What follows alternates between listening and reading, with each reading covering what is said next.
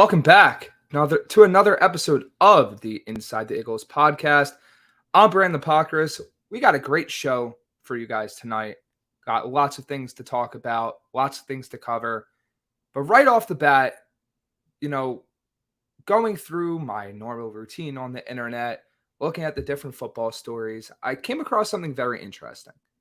And it ties back to something that has been reoccurring to an extent over the past few months. So, as you guys all know, the Eagles and the 49ers played in the most recent NFC Championship game. The Eagles were victorious. And at the Super Bowl, Deebo Samuel, who is the subject of this very fun and entertaining story, I may say, had this to say on Radio Row at the Super Bowl. Because I picked you guys to win.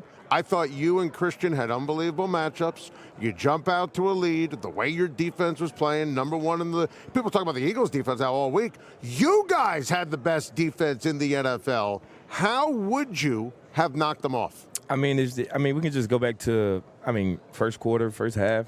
Just look how well our defense was actually playing. It's a great point. Keeping Jalen in the pocket, which he doesn't like to do at all. You can just see. You on 4th and 6, you grant them a catch, and you know it's not a catch on 4th down, and that caused them to get down there at that point. Then kind of reflect after that.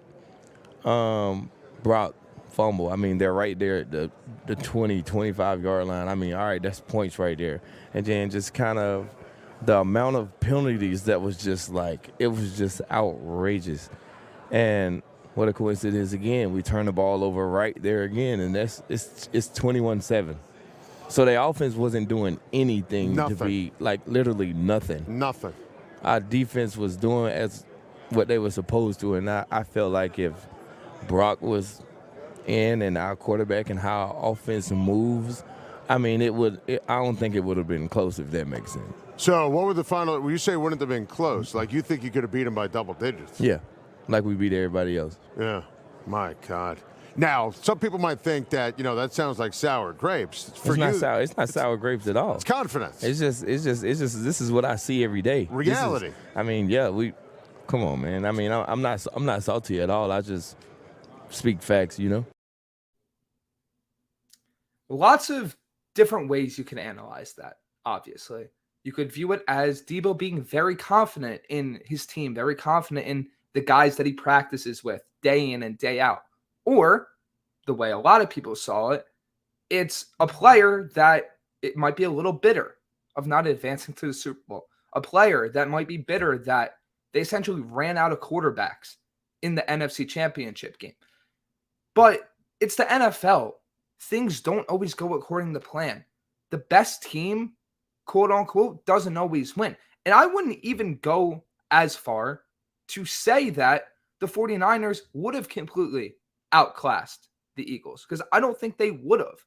The Eagles were that good last season for a reason. They didn't sit back. They adjusted. They made changes. If you didn't think Jalen Hurts, the Eagles offense, the rest of that team, the Eagles defense would have been able to adjust to whatever the 49ers threw at them, I don't know if you were watching that same team from last year. But on a grand scheme, Deebo's comments opened the powder keg. It made it come off like the 49ers were bitter, were upset, felt that they would have essentially dog-walked the Eagles if they had a quarterback. And this became the narrative. It surrounded the Eagles when they lost the Super Bowl. And it kept going and going and going in the offseason. And it has continued to surround the 49ers and Deebo Samuel up to this point, including what happened recently this past week. Deebo Samuel here with us. Well, something that is your call. I saw what you said about the Eagles back at the Super Bowl at Sirius, where if Brock Purdy didn't get hurt, you guys would have won that game by double digits. Why would that have been the case? I don't know. That's old. So do you not still believe that? I do, but we're not. That shit is we're not gonna keep talking about it. I said what I said. Gotcha. So then what happens this year when you play Philly on December 3rd? I don't know. Just wait till, week 13, 12, whatever week it is, and we'll show you. Well, then you know how that's going to go down. You're going into Philadelphia. Those fans are going to be booing you loud. You have a message for Eagles fans? Hey, guys. Yeah? All right, we're good to go. What do you mean? We have Deebo on right now. Yeah, I know, but we're going to head into camp right now. Are you serious? Okay. Thank you. There you Thanks, go. Bye. Deebo Samuel right there. Doesn't want to answer a few questions. Are you serious? We got hung up on because all we did was ask him about the quarterback situation and then Philadelphia? And we got hung up on by Deebo Samuel? That's a joke. An absolute joke. That's absurd. We were told we had 15 minutes with him. He was on for 5-6 minutes. And he didn't want to answer anything. So I've done this long enough. That was just get the promotional plug out of the way. Then you don't want to answer any questions, and you hand the phone off to the public relations person. What a joke that was. It is the Zach Gelb Show on CBS Sports Radio. We'll come on back. I'm sure there's... So, you can look at this recent interview in a few different ways. And I do see it in a few different ways. Number one, this question, this storyline is played out and Deebo doesn't want to answer it anymore. It's played out to the point where he's standing by what he said. He said it, and now it's about proving it on the field. And then there's the other perspective. Deebo brought this technically upon himself. Deebo at the Super Bowl said what he felt about the Eagles, felt that if they were healthy and everything went their way, that they would have beat the Eagles soundly. And because he opened up that door, now that becomes a topic of conversation. Now, people in the sports and media, journalists, podcasters, TV analysts, they take that storyline that Deebo himself brought to the table, and now that creates content for weeks on end. When the NFL schedule gets released, it creates intrigue around that matchup. Back at the Super Bowl, when the Eagles are playing, it creates discussion. As the months go on, that is one of the major storylines. And if you're upset about it, think about the fact that you said it yourself. And to finish up this point, from an Eagles perspective, I don't think the Eagles should care, because at the end of the day, taking the one single response that Deebo had, they got to show it on the field. Talk is cheap. Deebo, all the rest of the players on the 49ers can come out and say they should have been in the Super Bowl. They should have won. If this broke this way, if that broke that way, they would have won. It all doesn't matter, because when the 49ers and Eagles match up this season, there's no more talking. It's just what happens on the football field. And if I'm the Eagles, if I'm the players in that locker room, number one, that game is circled with a big red circle on my calendar.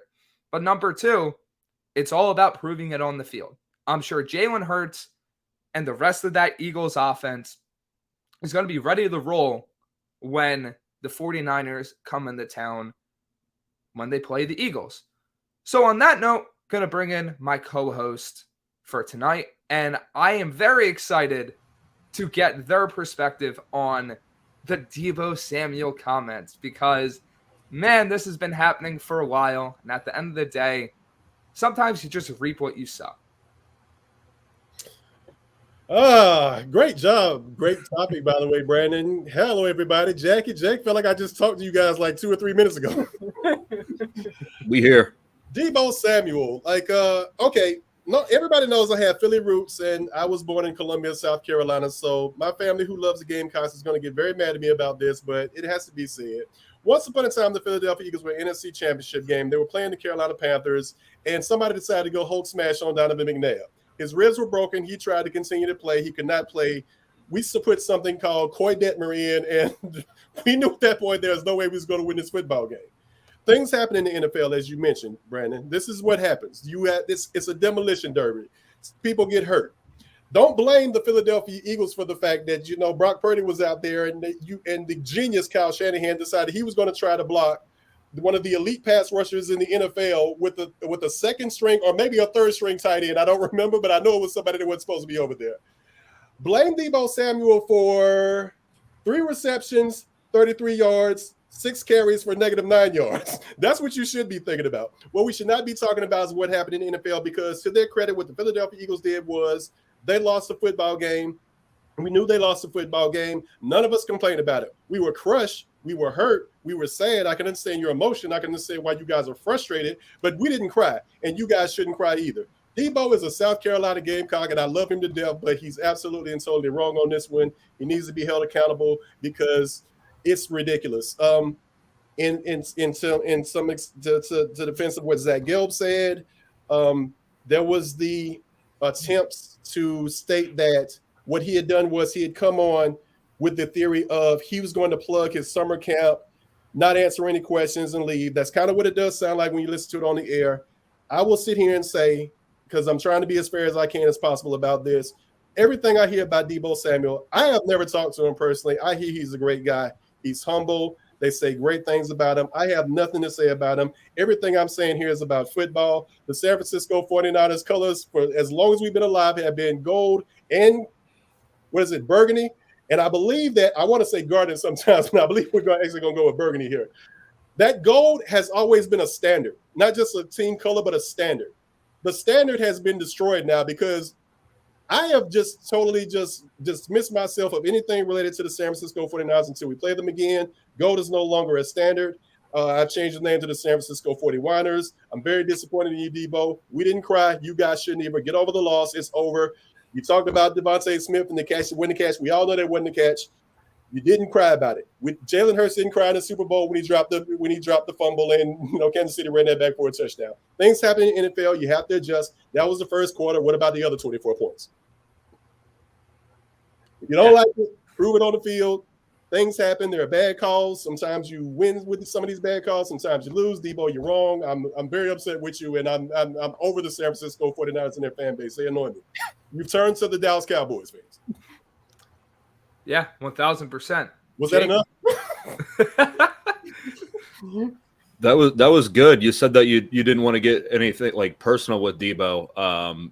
Like you were talking all about football stuff. I'm gonna take the low road there, and I'm actually gonna get personal with him because that is just okay. So when I was in elementary school, or maybe it was middle school, but I was just joning a guy on the back of the bus, just talking just talking smack on him. And then he fought me, and I didn't want to fight, but I did. He beat me up. I got beat up. I got 0-1 record on in my fights. That's called I took accountability. All right, I took accountability for what I reaped. That's what Brandon said. It's reaping what you sow, and that is exactly. And now Deebo is going through the ringer with all the media stuff, and people are asking him about questions. You did it to yourself, Deebo. You really you did it to himself. Now, one thing that Brandon that you said after you showed that first clip is you said there's a few ways that you can analyze what he said. I'm not entirely sure there is a few ways, because you heard it come out of Deebo himself. He said that it's not sour grapes. It's not him being bitter. He's just confident. He's not. It's only 2 weeks after a game where they got stomped in a way they never got stomped before in the entire season. He's not sour about it. He's just very confident. No, that's loser talk. That's loser talk from a guy who, and also personally lost me a fantasy football championship. Like they say that call a spade, Deebo. For what you've done to me personally, and for what you said, this you deserve this, and you just hanging up a phone call, you dork. I'm done. Jackie, you got anything? I feel like we took all the mic time. But you got anything? The only thing I would say, even just not really about just Deebo, but 49ers, I've noticed the whole time about when they were talking about this. The whole thing is their offensive line. If they had a better offensive line, Purdy went down, Garoppolo went down. I mean, it seems like it happens almost every year. I don't understand. They always say they have one of the best, but how? Because your quarterbacks are keep going down, and I don't think it's just because they're injury prone. I mean, if you had a better offensive line, they wouldn't go down like that. And I just feel like the 49ers they overlooked that. Absolutely. Yes. I don't understand it, man. It's football. This is what happens. Guys get hurt. You have to adjust, things of that nature. It's like their training staff is Dr. Kevorkian. Like they just do nothing to try to get these guys to not get hurt. I understand that joke fell flat. He's the guy who euthanized people. Is that joke? Right. Oh. Yeah, but like at the end of the day, what's funny is it's really like just their quarterbacks that have like these extended injuries. The rest of their guys are relatively healthy, and I don't even think it's like necessarily on the offensive line, because the 49ers, like, they still have Trent Williams, they still have solid pieces along the O-line. I mean, if we really look at it, one of the main reasons Brock Purdy got injured wasn't even because of the offensive line. It's because on that specific play, Shanahan had a tight end block some of the best Eagles pass rushers, and well, that did not work out very well.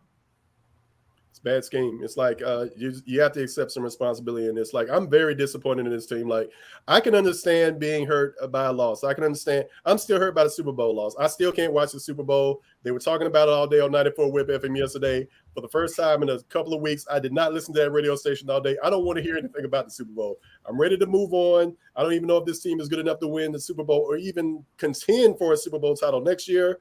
I have all kinds of questions about this team. I know we're going to get in training camp as we get towards the end of July and stuff like that, but I just want to move on from this. And I feel bad because we keep talking about this and everything, and I'm one of the main proponents why we keep talking about this, but I just keep going back to the NFC Championship game with Donovan McNabb. There was a Hulk smash play on Donovan McNabb. I thought it was dirty at the time. They had nothing to compensate for his loss. He was gone. We didn't cry about it. We lost to the Tampa Bay Buccaneers. We didn't cry about it. Then we lost. Before that, we lost to the St. Louis Rams. Yes, kids, they were in St. Louis for a time being. We didn't cry about it. I was hurt. I was probably more so hurt by the Arizona Cardinals loss at the end of the 2009 season, because I actually thought that was Donovan McNabb's Super Bowl. I thought everything in the line. I thought that Andy Reid was finally going to get it done. We were going to win, and then they go into Arizona, and they lost that game. We didn't cry about it. There were no injuries. The San Francisco 49ers have immensely disappointed me. I'm sick of their radio stations. I'm sick of their fan base. They act just like the Dallas Cowboys. I can't do this anymore, man. Like, the only thing that I can compare this to is Minnesota coming into the Lincoln Financial Field before that NFC Championship game and doing a skull chant in front of the Rocky Steps, and you see what happened to them. You mess with the wrong people, this is what's going to happen. Deebo, good luck when you come to Lincoln Financial Field. I told a very close friend of mine earlier today, when you come to Lincoln Financial Field and they have it out for you, it feels like you are under attack. We will see what happens, but this is a very bad look for the San Francisco 49ers, man. I can't believe this is what they've turned into. Like, I really think. I think of Joe Montana, Jerry Rice, John Taylor, Roger Craig, George Seifert, all these great San Francisco 49ers, and I feel like gold was supposed to be a standard. It's no longer a standard. I've changed the team colors to green for envy and yellow for cowardice. Those are your team colors now. I think they might be taken. Those two colors might be, yeah. But but not for the same reason. Maybe, yeah, just different shade of green. Right. I do have one thing, Brandon. You brought up that you felt like it's always their quarterbacks, but I've done the research on this. Like, I've looked this up because this was kind of stemming from when the schedule came out and Kyle Shanahan was like, I can't wait. I'm glad that we're not playing the Eagles, and early on in the season, I want us to be completely healthy. And I was like, that's a crazy thing. And I actually looked at it. So this is the number of 49ers players who were listed as out or on the IR for multiple games in the last just 3 seasons. So from 2020 to 2022. So in 2020, they had 26 guys miss multiple games. 2021 was 26 guys miss multiple games. And in 2020, they had 22 guys miss multiple games. And the average in the NFL is 12 and a half. So that it's not just their quarterbacks. Like, what was that? Was that not last year's? 2 years ago when Raheem Mostert's leg exploded the first time he stepped on a field? I was like, they got problems there. There's trouble in the paradise that is whatever part of California they're in. I don't know geography. Santa Clara now. Like, I'm actually going to go. I'm going to add to that. I feel like the Seattle Seahawks are the team to beat NFC West now. Nobody wants to hear me on that. The San Francisco 49ers are better at so many positions and things of that nature, but I just keep looking at this. I keep looking at this defense. I keep looking at this running game. If they can get that going, if Geno Smith can be capable, if these additions they've made at wide receiver, if DK Metcalf can start looking like the DK Metcalf we remember again. I was amazed at Tyler Lockett, just how much this guy gets open. Like, he's always open. Like, PFF actually put something out about this. I think the Seattle Seahawks are ready to contend with the San Francisco 49ers for the NFC West, and I would not be surprised if it's the Seattle Seahawks and not the San Francisco 49ers that we beat in the NFC Championship game. I'm putting it all the way out there. That's my bold prediction. I have nothing to back this up with. This is just raw emotion and maybe some anger at the San Francisco 49ers, but I'm going with the Seattle Seahawks.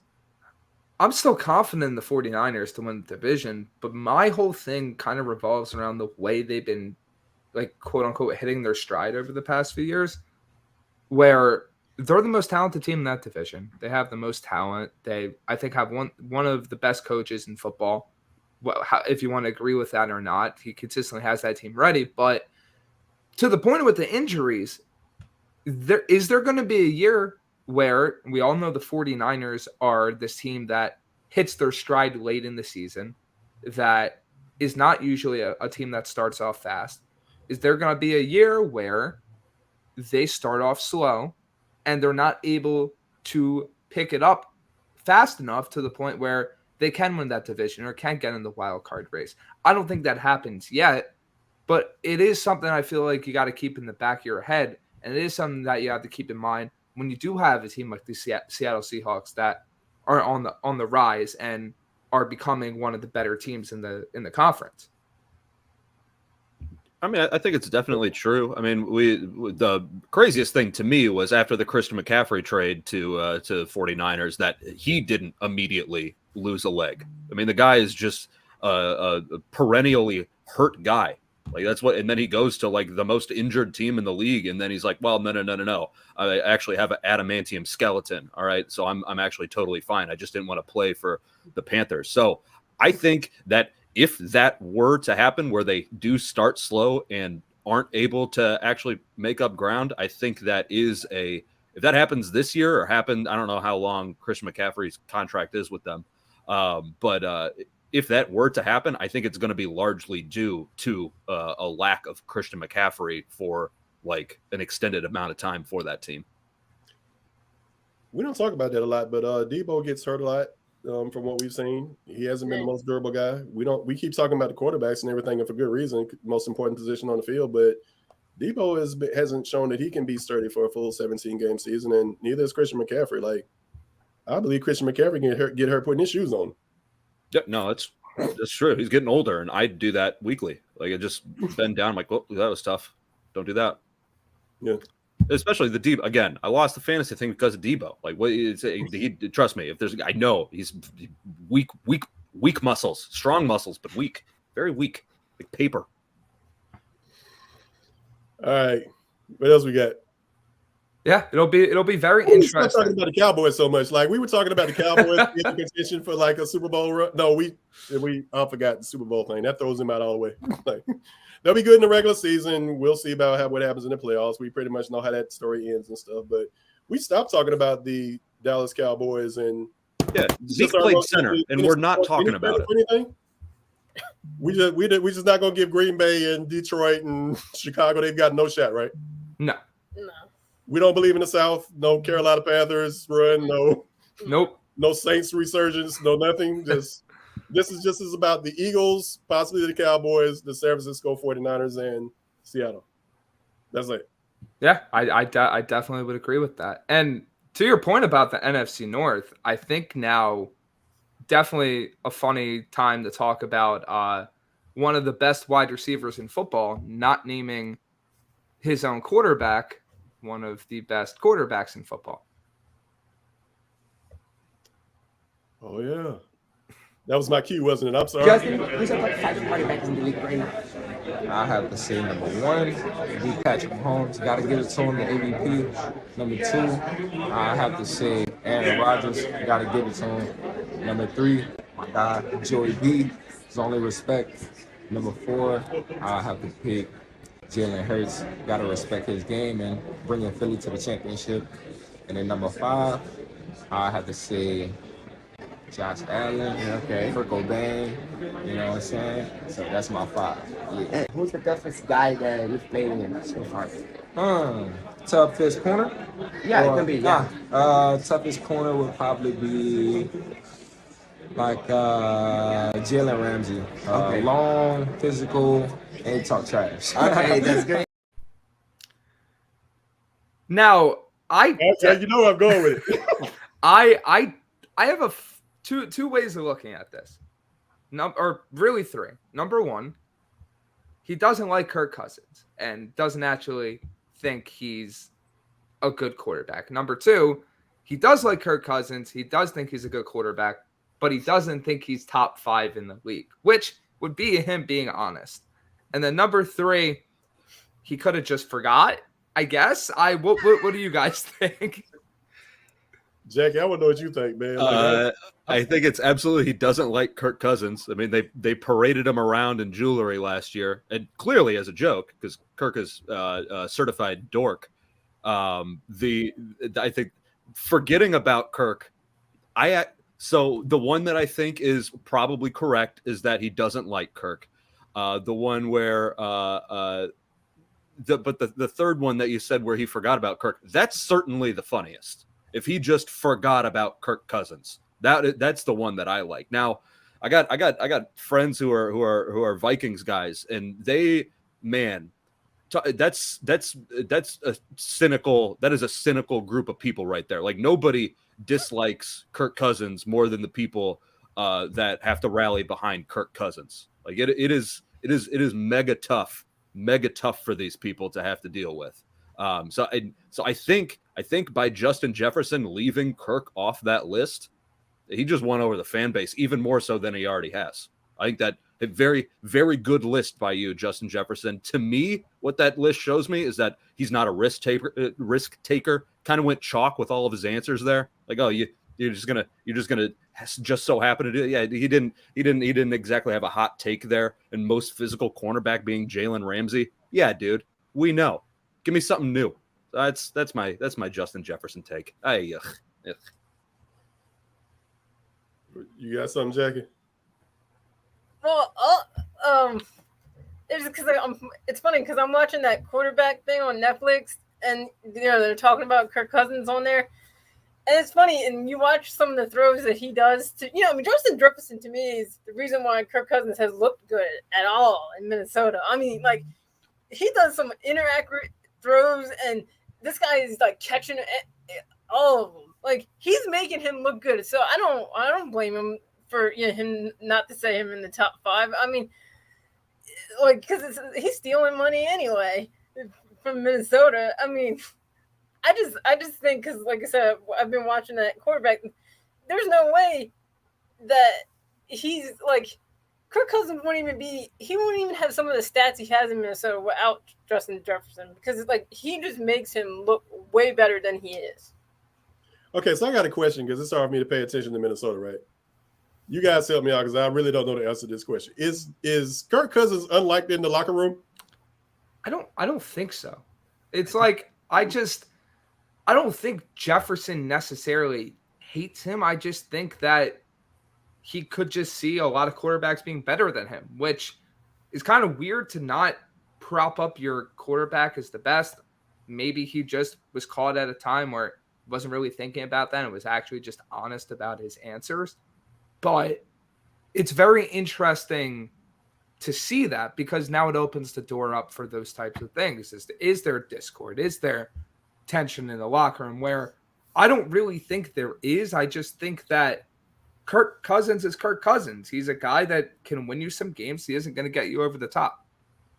I was going to say on the flip side of that, I mean, you saw last year, as soon as Tyreek went to Miami, he was just the biggest Tua guy in the world. Like, yeah, it was all of a sudden as good as Patrick Mahomes. Number one on his list is Tua, and that's what Justin Jefferson didn't do, and that's why I'm saying I think that that was Tyreek's way of earning himself into the and making himself like likable by Dolphins fans. And Justin Jefferson is already more likable than Kirk to Vikings fans. So I think he did the right thing there by leaving him off.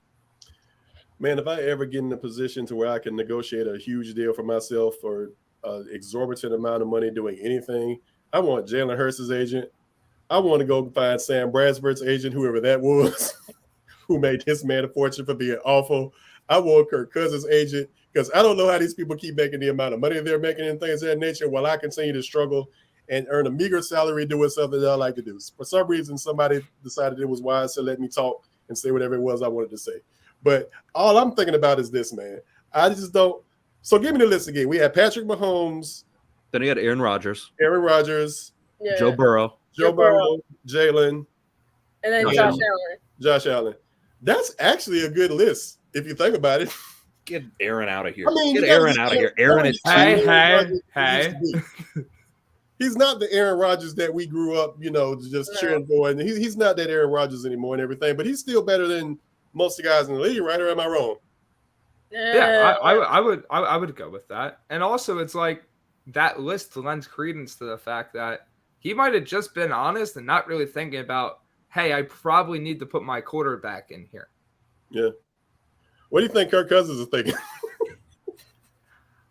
I don't know if he's a guy that cares that much about that stuff. Yeah. Kirk Cousins is thinking, I wonder what the sales are at Kohl's. Right.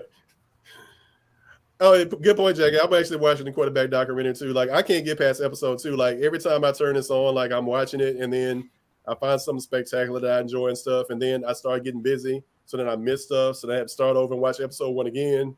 So I'm actually stuck on the end of episode 1. I can't figure out how to end it, and I try to fast forward. I go into episode 2. So I still have yet to see episodes 3 through 8, but it's outstanding work through Peyton Manning's company, I think.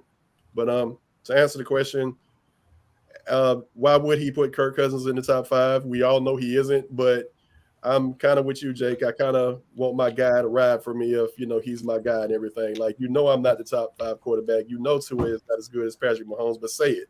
You know what I'm saying? So the other thing with that list that he just did, he was naming people off, and that the only quarterback that he named because of what they did was Jalen. He said Patrick Mahomes won MVP, Aaron Rodgers because you got to give it to him, Joe Burrow because he's my boy, Jalen Hurts because he did really well and got the Eagles to the Super Bowl, and then Josh Allen because he's good. It's but if I guess we're not basing this on merit then, huh? But I mean, to that point, right, where you're looking at it with that top 5, who is he putting Kirk Cousins over to the point where Aaron? That's the only for argument's sake.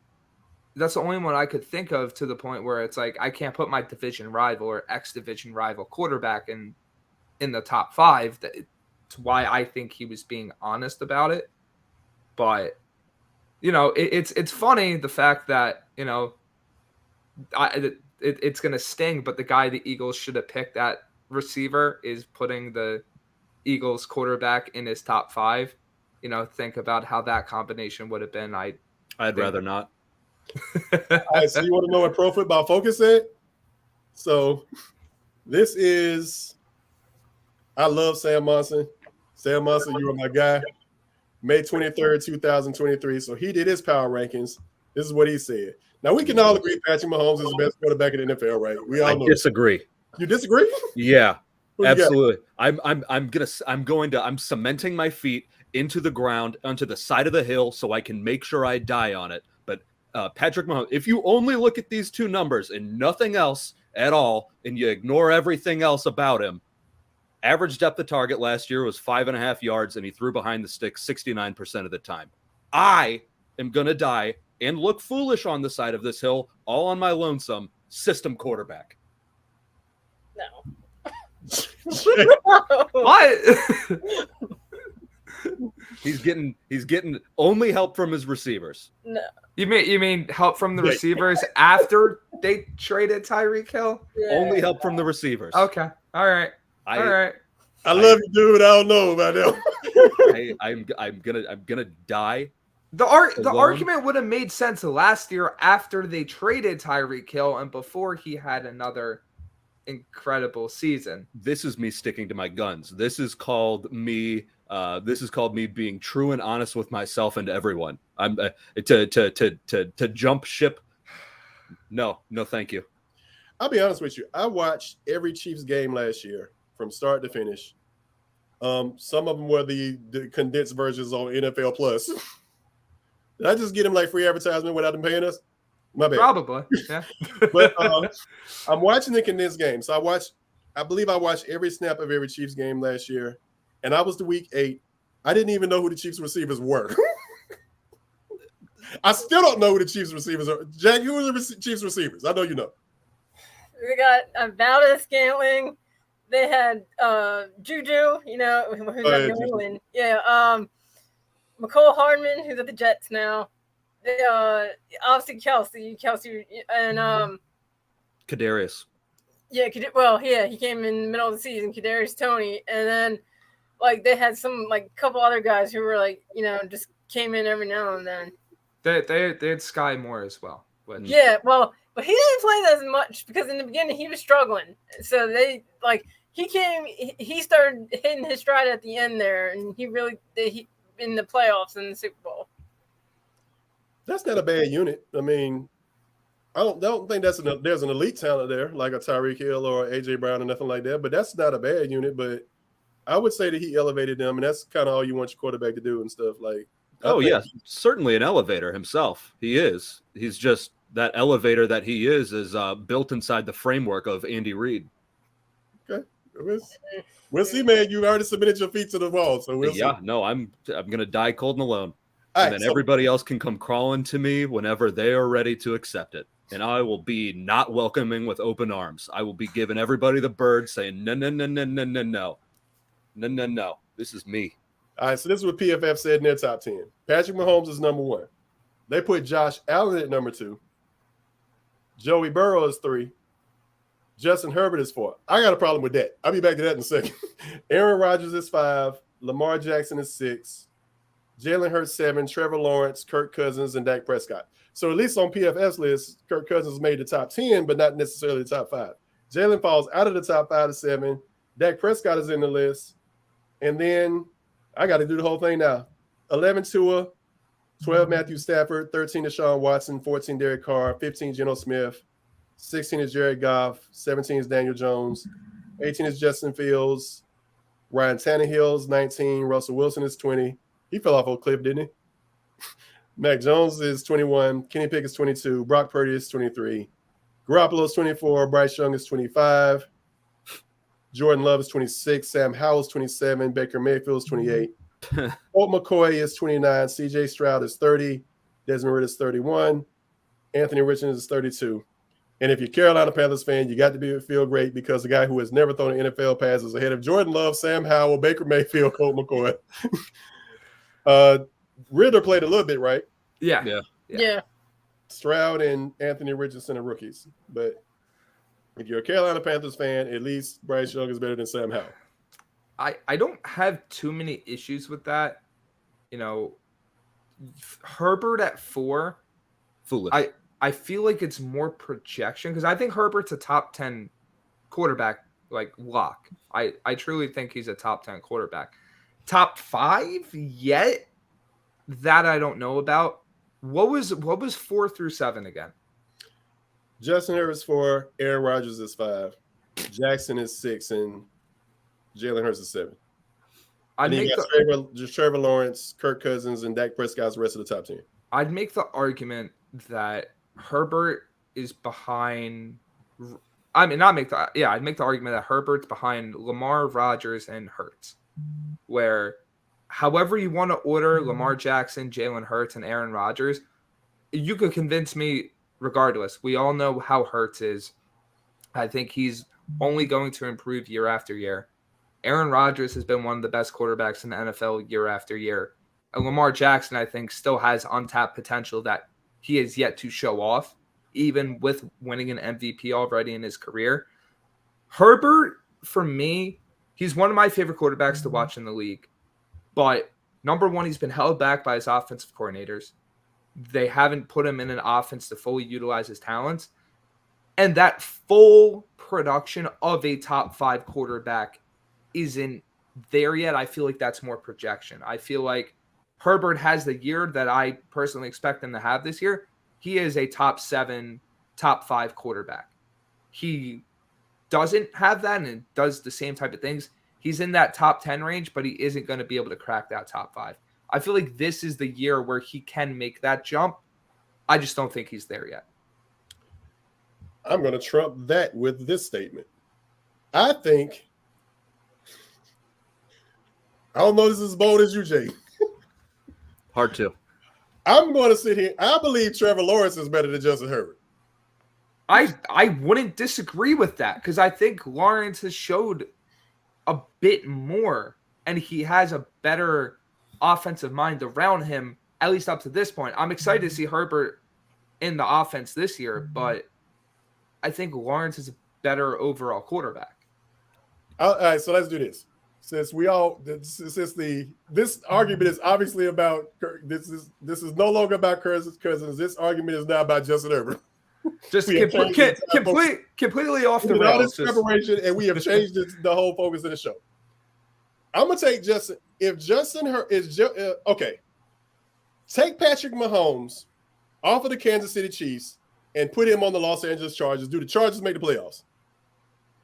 Yes, I believe they do. Yes. You know my answer. Take Justin Herbert off the Chargers and put him on the Kansas City Chiefs. Do they win 2 Super Bowls? No. I think they win one. I think they win one of them. I don't think they win one. Brandon Staley's a coward. He's not going to win a Super Bowl.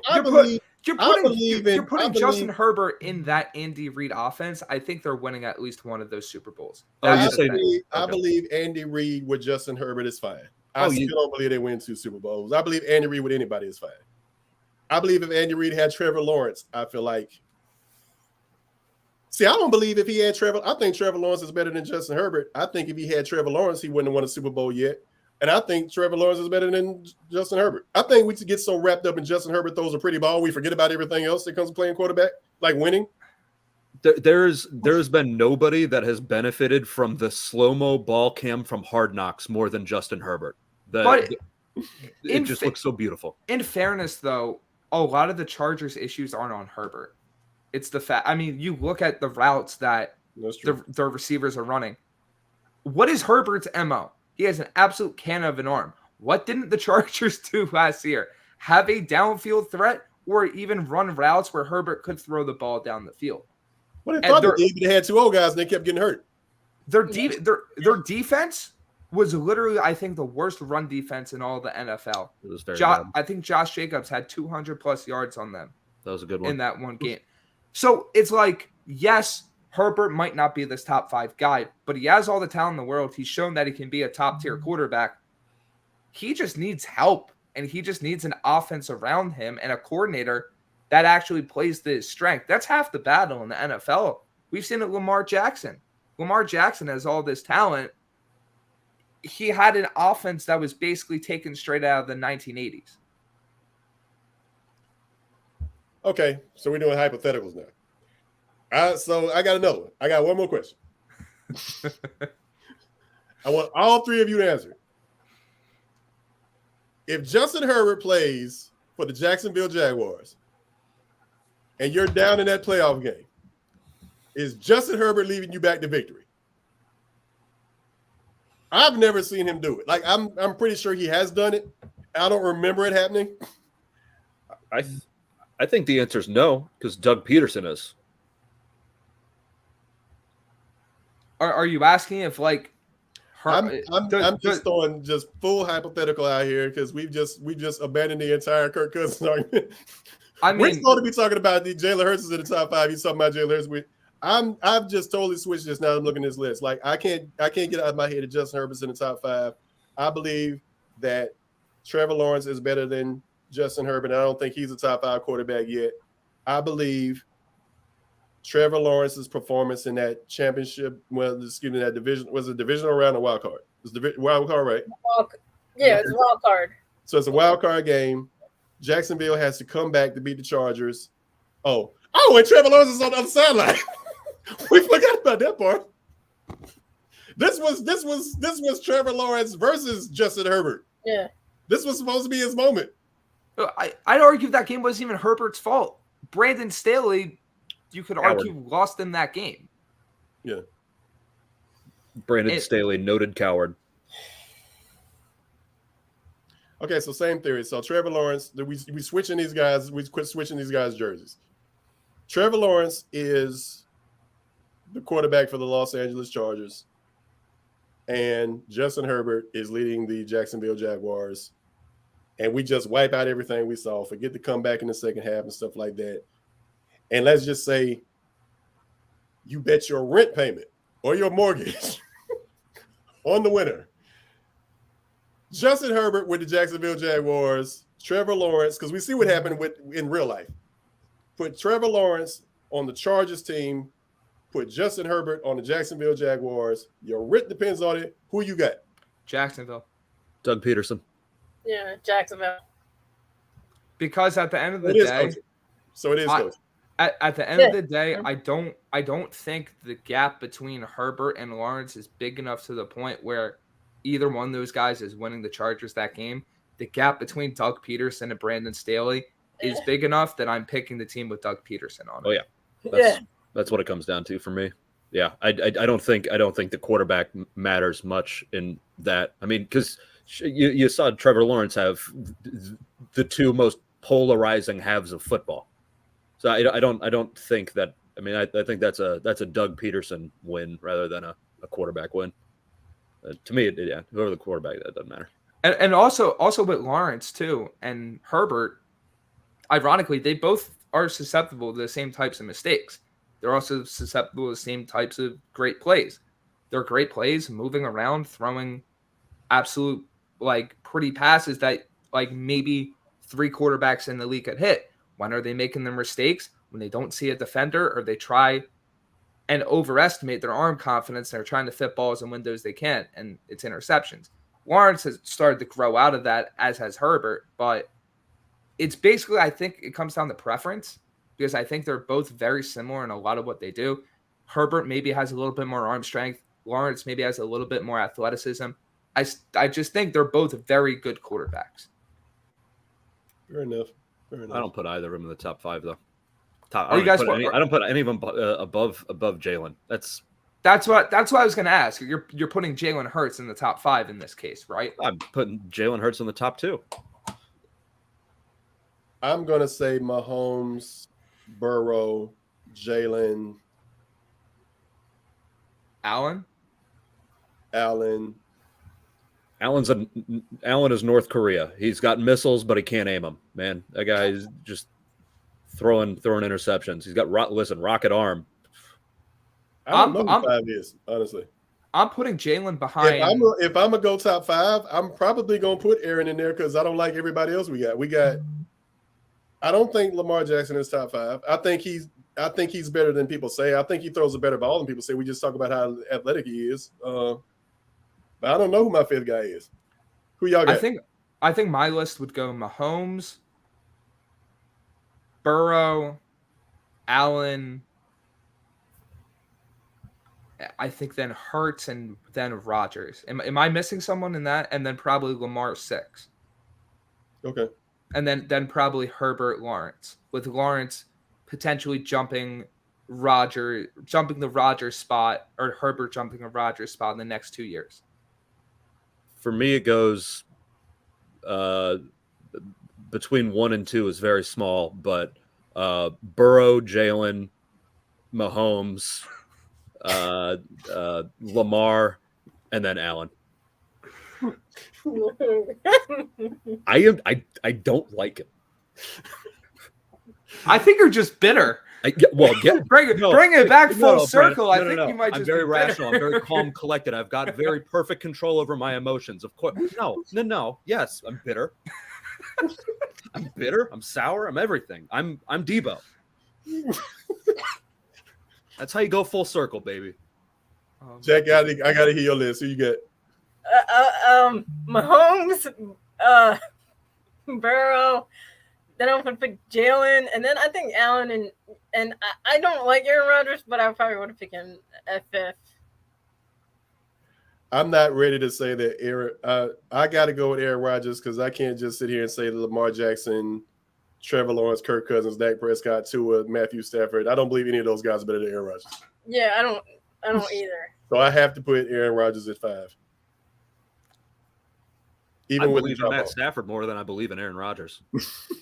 Oh, we are just firing off the hot takes. I do. I don't know. He's just coming straight from the waist from the clip, just letting it fly. He's built like a brick ass house. Aaron Rodgers is perennially glass hands, breaking everything. You're saying Stafford isn't? His was a soft tissue injury. All right. Stafford's been hurt almost every year of his career. Yeah, but he's like, he doesn't care. Neither does Rodgers. Rodgers just played through a broken thumb. He played through a broken thumb. Yeah, he was on the field. That's correct. But effective? The same thing happened with Stafford multiple years. That you're not gonna win this argument. Valid argument. I will concede. You're not gonna win this argument. I will concede that's a valid argument. I will. I don't have a follow-up. I will concede. Hey, Brandon, if you don't mind, we got to say this because I know we're getting close to the hour mark. I meant to say this last week. We didn't. I got to say it this week. Philadelphia Eagles turned 90 years old. Happy birthday to our birds. So if you don't mind, I got a question. I just want to throw it there to everybody. Take away the Super Bowl because that would probably be all of our answers. What's your favorite Philadelphia Eagles moment? I know we missed most of this 90 years, but if you throw out the Super Bowl, what you rocking with? I mean, probably the Philly moment. Like, that was probably one of the most unique football memories I've had just watching that game. That was the Super Bowl. Yeah. Yeah, we're taking the Super Bowl. Oh, I thought you meant. Oh, just okay, cool. That's cool. Yeah, you can rock with that. I thought you were referencing. Yeah, no, but I think not necessarily them winning the Super Bowl, but like that play. Yeah, I'm with you. I think it was one of the more like unique things I've seen in a game, and the fact that every team has basically recreated it one way or another just shows how ahead of its time it was. And I just think it keeps working. Like, why does it keep working? Yeah, it keeps because you never expect a wide receiver to throw a pass to the quarterback. It's great. Cool. I guess I'll go. I'm old, and y'all know that. So I remember when the Bears won the 85 Super Bowl, and then they hired Buddy Ryan, and he was coming over. And Buddy Ryan said that he was going to build the meanest, nastiest defense in Philadelphia, and he was going to ride that to a Super Bowl, and it didn't happen. And we couldn't even win playoff games, man. Like, after the body bag game, we lost to Washington, and it was just loss after loss. And to finally see that team with Randall Cunningham and Fred Barnett and Reggie White and everybody, and they were down and didn't look that great to the New Orleans Saints in the wild card round, to see them finally win a playoff game, I would put that there. But that's second. Number one for me would be 3 agonizing losses in the NFC Championship game. Like, to see them lose to St. Louis. I expected them to lose to St. Louis because St. Louis was the better team. I knew in my heart that there was something might go wrong with Tampa Bay because Jalen Hurts was coming back that injury, and he wasn't really quite the not Jalen Hurts. Donovan McNabb was coming off the injury. He wasn't quite that Donovan McNabb that we remember yet. So I thought there might have been a chance that they might beat Tampa Bay, but I didn't know. And they didn't, obviously. They should have beaten Carolina. They didn't. That was agonizing. But to see them finally get to the NFC Championship game, even though they didn't seal the deal, to see them finally get back to the NFC Championship game in Atlanta and get to the Super Bowl, it was like, finally. You got this weight off my shoulders. We are not the Buffalo Bills. That is a good one. I'm trying to think. The J.R. Glick bringing up the Jake Elliott 61-yard field goal. That is a really good one. Season around. For me, it's 4th and 26. Donovan to Freddie Mitchell. Oh, yeah. Yeah. That hit different. Yeah. That was phenomenal. That for me, that was I don't want to say that was life changing. I'll say that. That was the one time in my life I gave up on him. I was like, it's not gonna happen. I gave up when it was 4th and 26. Yeah.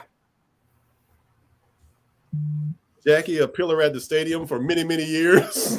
I would say in the 2017 NFC Championship game when I'm forgetting his name. I don't know if it was Patrick Robinson or Patrick Robinson. Yeah.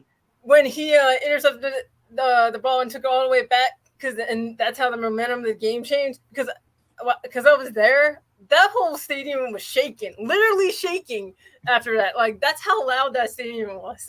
I just never forgot that. Like that whole stadium like shook after that, and that's when they started rolling after that. But yeah, like that's like one of the moments like me just being there like for 8 years. Yeah, I just remember. It's good stuff, man. Here's to 90 more. We'll probably miss most of that too because we will die. Not me. But while we're here, we can enjoy some great Eagles football. I'm gonna live forever on the side of a hill.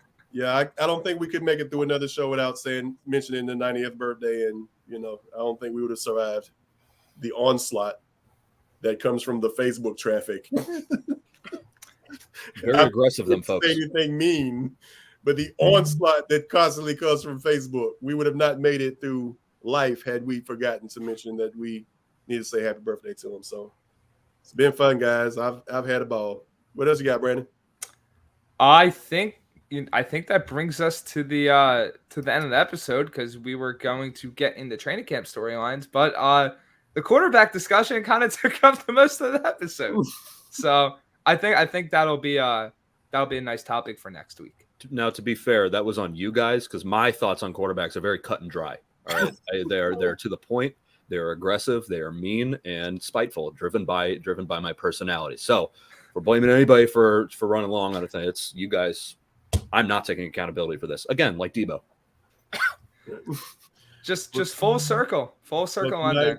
So tonight, and I'm partially to blame for this, we learned that the Seattle Seahawks are better than the San Francisco 49ers now, and Patrick Mahomes can't play. That's what we learned. I knew that, but all right. Yeah. So that I think that brings us to the end of this episode of Inside the Iggles podcast. Make sure to follow us on Twitter. Make sure to subscribe to us on YouTube.